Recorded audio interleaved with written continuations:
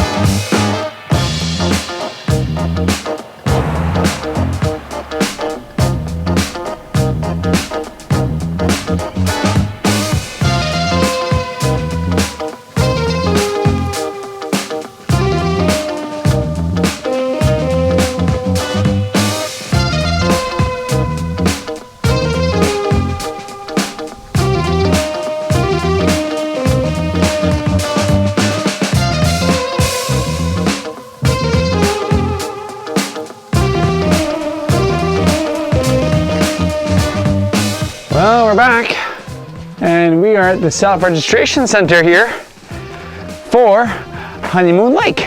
I'm pretty sure that you don't need to be just married and on honeymoon to come here. Maybe if you've been married for 20 years, then you can just pretend.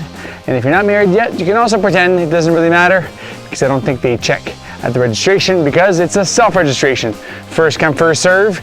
You go around the loop, look for a campground that's empty, get a card, put one on there, use your payment method, put that in there, and then you're good to go. Also, a little tip, always check the dates that's written on the card. Sometimes people don't remove the cards. So this campground is pretty far away from Jasper at this point. You're kind of in between Jasper and the Columbia Icefields. It's even smaller than the Kirkesland campground. There's only 36 campsites spread up into two distinct loops.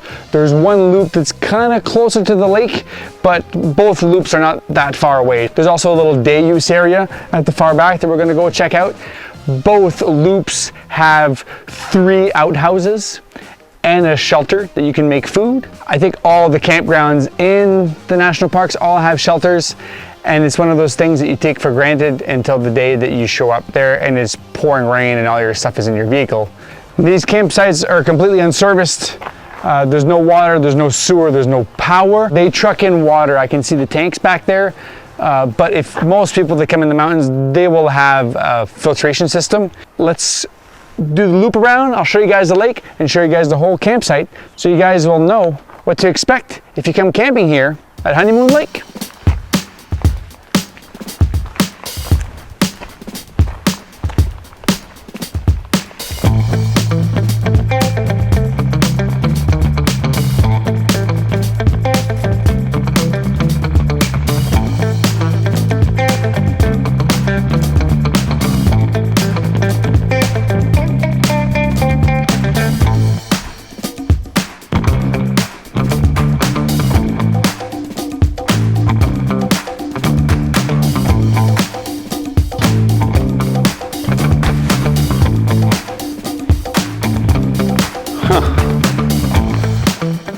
Well, this is insane.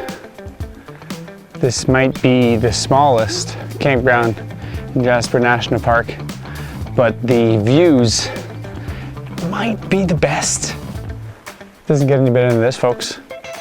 Don't know why I've never stopped to camp here before, but it's gonna be high on my list now if there's availability. And the cool thing is, it's kind of hidden from the road. You can't even see that this is up here. You kind of, yeah, there's signs, it says, but if you don't turn and go check it out, they'll never know this is here. And you get the perfect view of the range here, and it's like scissor shaped.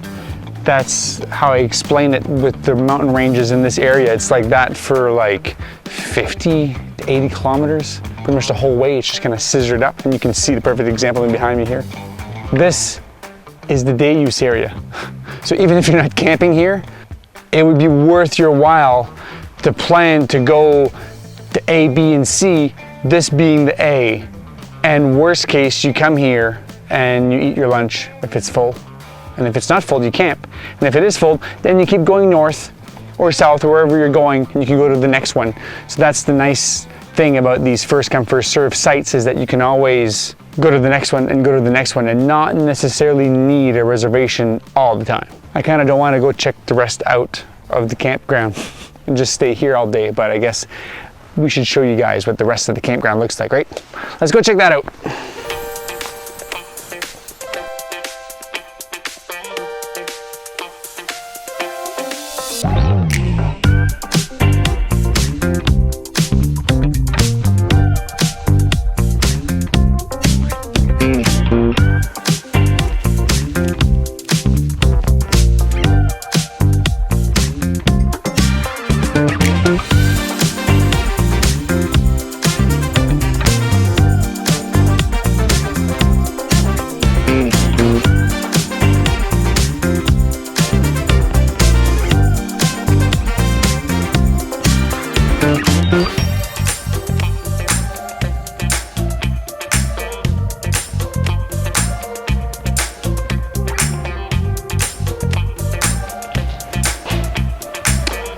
Well, this is the first loop shelter, but you have a couple picnic tables in here, and obviously you have a nice little stove.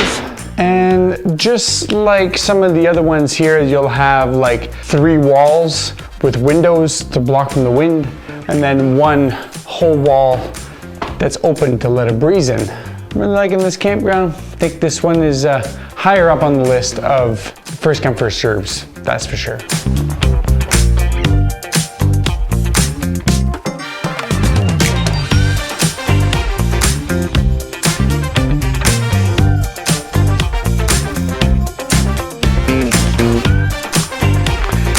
Well, maybe I should get out a bit more, because I don't think I've ever seen something like this before, but I feel like there should be more of these. This site, you can fit up to 6 tents, and tents only, and it's for people that are on bikes. If you have a tent and you're on a bike, your stuff is probably very small, and this is not that big of a space. 10 yards by 10 yards with a couple picnic tables, and there's like a communal fire pit over there. So it's quite neat. Very, very cool.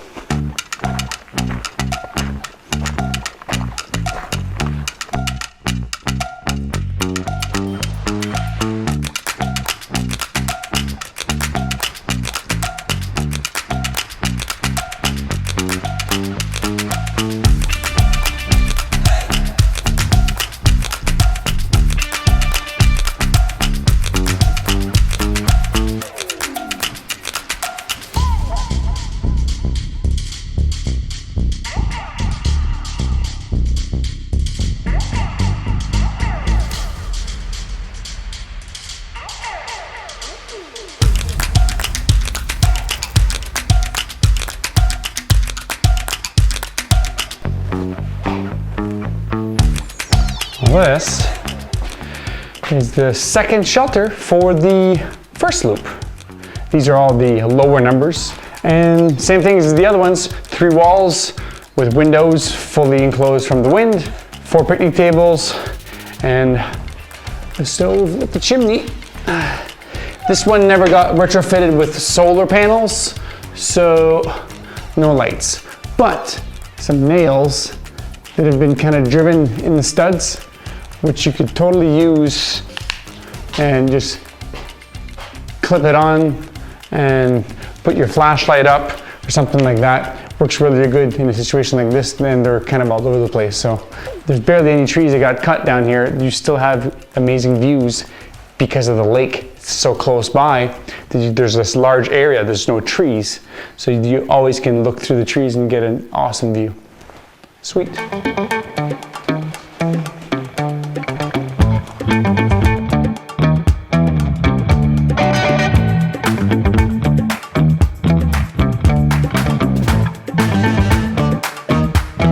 Well, I hope that this video makes it super easy on you to decide to come camp here this summer at Honeymoon Lake in Jasper National Park.